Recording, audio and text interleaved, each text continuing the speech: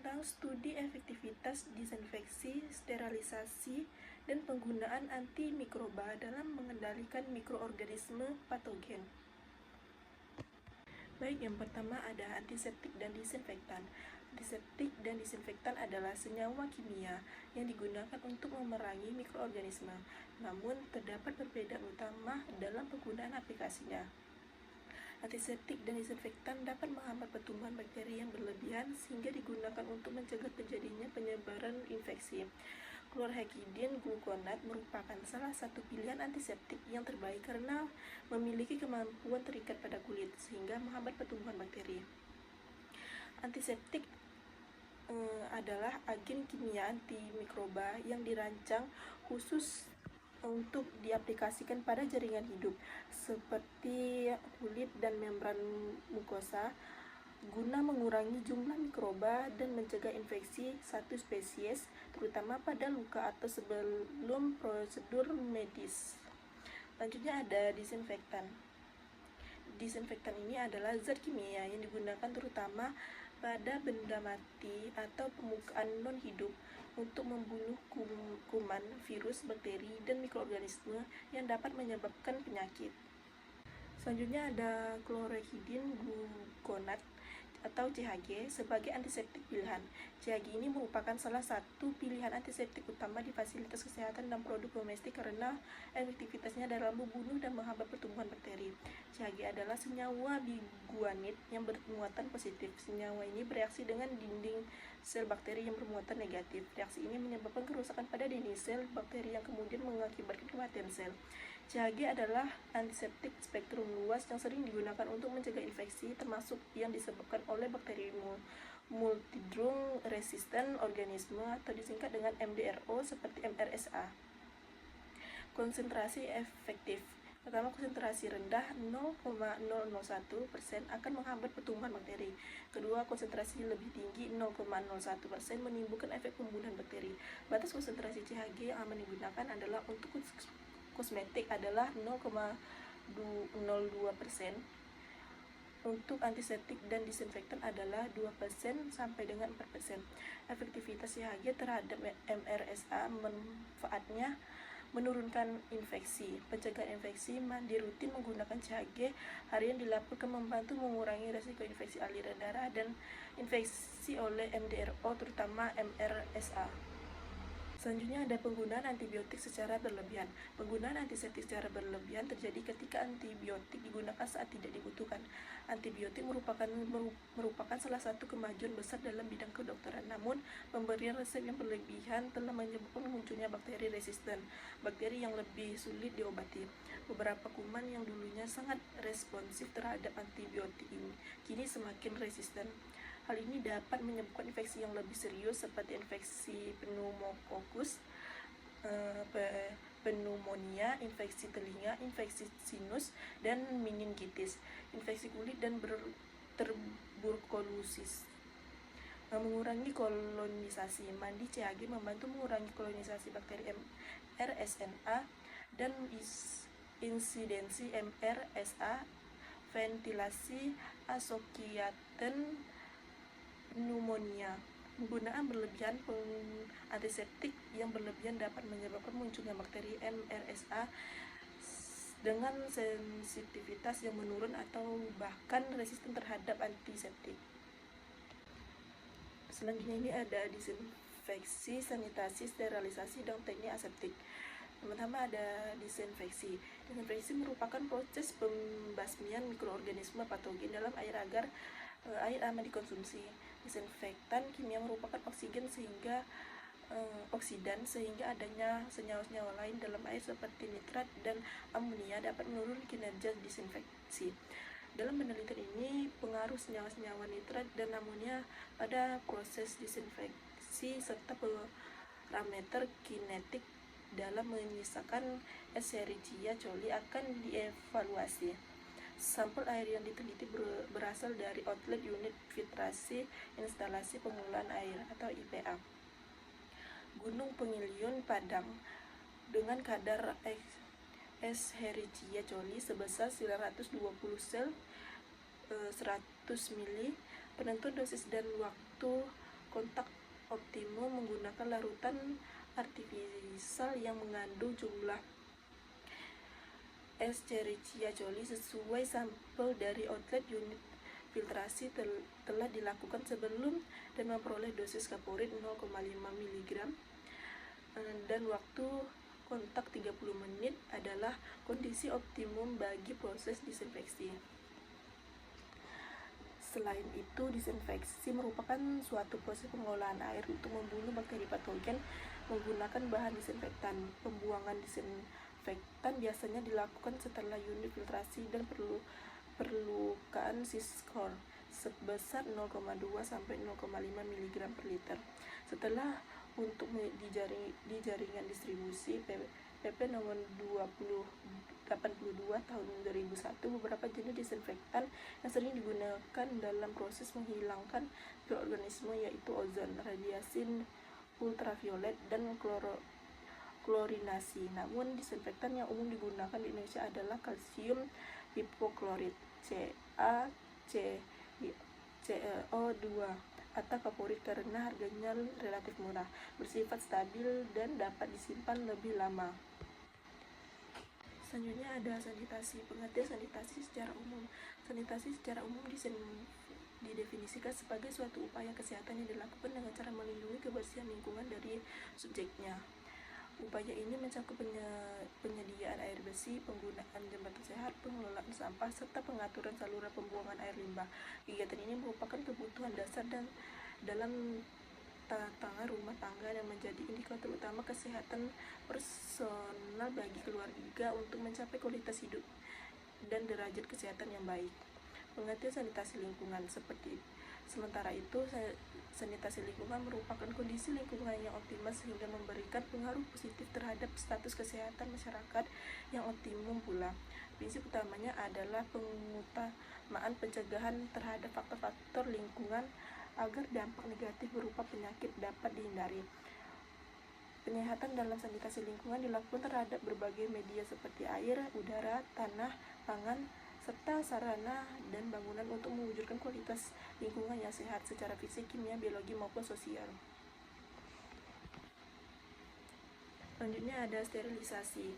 Nah, sterilisasi ini merupakan sebuah proses esensial yang bertujuan untuk menghilangkan atau memusnahkan seluruh bentuk kehidupan mikroorganisme secara keseluruhan yang mencakup bakteri, virus, jamur, sehingga spora dari suatu objek atau permukaan tertentu. Dalam dunia mikroorganisme, jasad-jasad mikroorganisme Renning ini dipelajari dari berbagai segi, termasuk ciri-ciri dan perannya dalam kesehatan, sehingga mengendalikan melalui sterilisasi menjadi sangat krusial dalam bidang kedokteran, laboratorium, industri makanan, dan farmasi untuk mencegah terjadinya infeksi maupun kontaminasi. Secara teknis, sterilisasi dilakukan melalui berbagai metode seperti panas basah menggunakan autoklav, panas kering dengan oven menggunakan ozon, filtrasi, uap, bahan kimia seperti alkohol 70%, sehingga radiasi sinar UV, sinar gamma, di mana masing-masing metode memiliki efektivitas dan mekanisme yang berbeda dalam membunuh mikroba.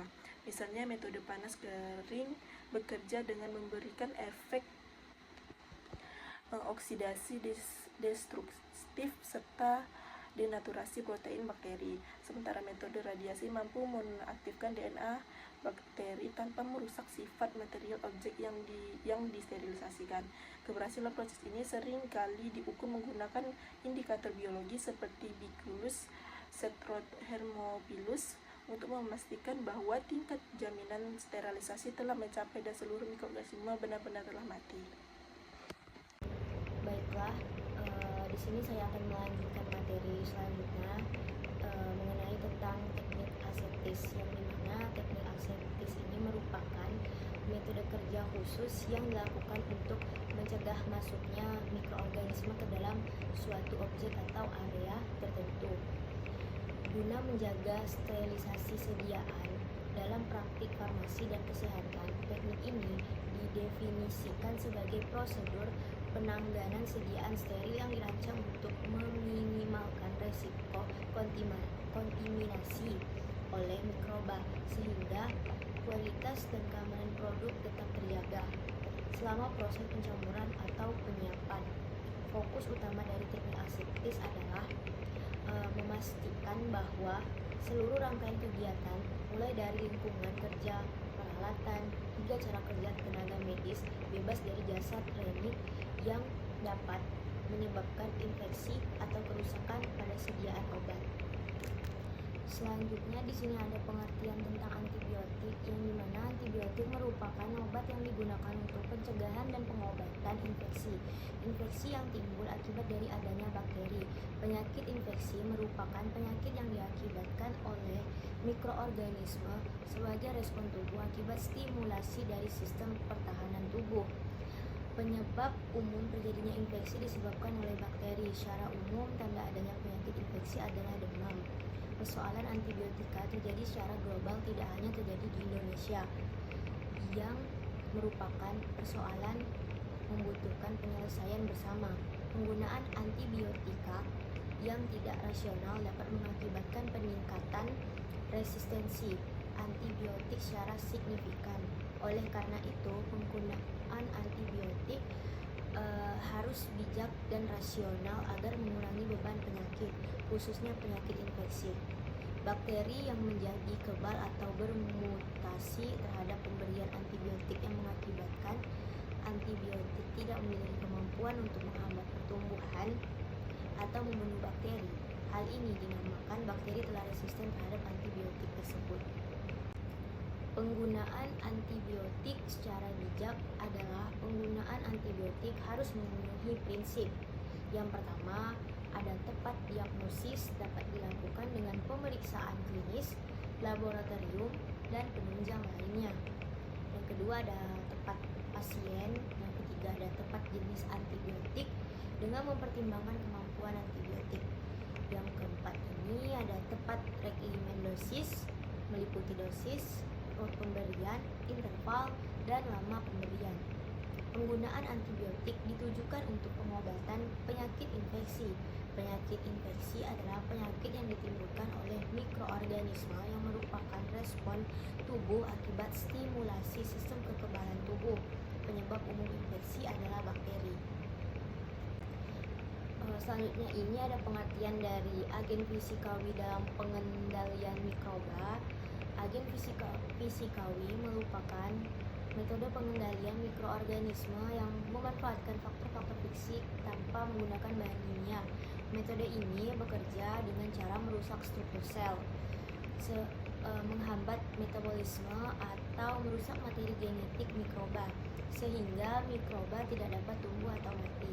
Salah satu agen fisikawi yang paling umum digunakan adalah suhu tinggi, seperti pada proses sterilisasi, penggunaan autoklaf, dan pasteurisasi. Perlakuan panas dapat menyebabkan denaturasi protein dan kerusakan membran sel mikroba, sehingga sel kehilangan fungsi vitalnya. Metode ini terbukti efektif untuk membunuh bakteri, jamur, dan sebagian besar spora, sehingga banyak diterapkan di laboratorium mikrobiologi dan bidang kesehatan.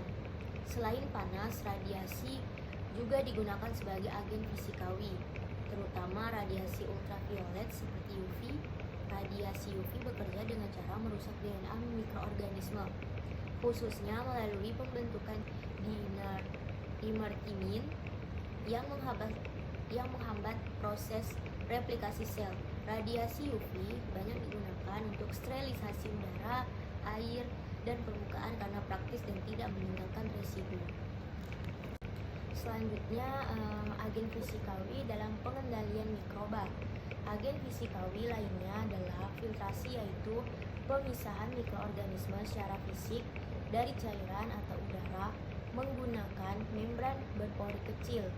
Metode ini tidak membunuh mikroba, tetapi menghilangkannya dari media, sehingga sangat berguna untuk bahan yang sensitif terhadap panas, seperti larutan nutrien, vaksin, dan antibiotik. Dalam perkembangan teknologi, metode fisikawi non-thermal seperti tekanan tinggi, high pressure processing, dan medan listrik berdenyut, pulsed electric fields juga dikembangkan. Metode ini mampu merusak membran sel mikroba tanpa pemanasan berlebih, sehingga efektif mengendalikan mikroba sekaligus mempertahankan kualitas bahan, terutama dalam industri industri pangan.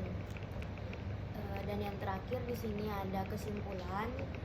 Pengendalian mikroorganisme patogen dapat dilakukan melalui berbagai metode, mulai dari penggunaan antiseptik untuk jaringan hidup seperti kloreksidan gluconate atau CHG, hingga aplikasi disinfektan pada benda mati untuk membunuh kuman penyebab penyakit. Namun efektivitas proses disinfeksi terutama pada pengolahan air sangat dipengaruhi oleh keberadaan senyawa pengganggu seperti amonia dan nitrat yang dapat menurunkan kinerja zat kimia tersebut. Selain itu, prosedur sterilisasi dan teknik aseptis menjadi sangat krusial di bidang kesehatan dan farmasi untuk memastikan pemusnahan total mikroba dan mencegah kontaminasi pada sediaan steril. Di sisi lain, ancaman kesehatan global berupa resistensi antibiotik menuntut penggunaan antibiotik secara lebih bijak dan rasional, yaitu dengan menerapkan prinsip tepat diagnosis, tepat pasien, tepat jenis, serta tepat regimen dosis guna memastikan efektivitas pengobatan infeksi tetap terjaga.